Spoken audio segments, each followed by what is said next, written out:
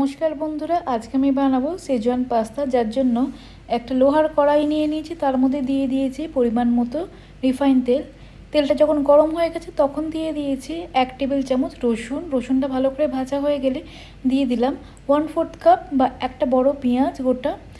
পেঁয়াজটা ভাজা হয়ে গেলে দিয়ে দিলাম 2 টেবিল চামচ সেজওয়ান সস। তার সঙ্গে অন্যান্য সসও দিলাম, যেমন soy sauce, chilli sauce, tomato sauce, পরিমাণ মতো নুন, গোলমরিচও দিয়েছি। এবার খুব ভালো করে মিশিয়ে নিলাম সব কিছু।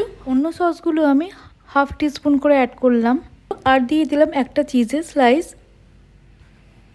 সব কিছু খুব ভালো করে মিশিয়ে দিলাম। অল্প পরিমাণ জলও অ্যাড করেছি।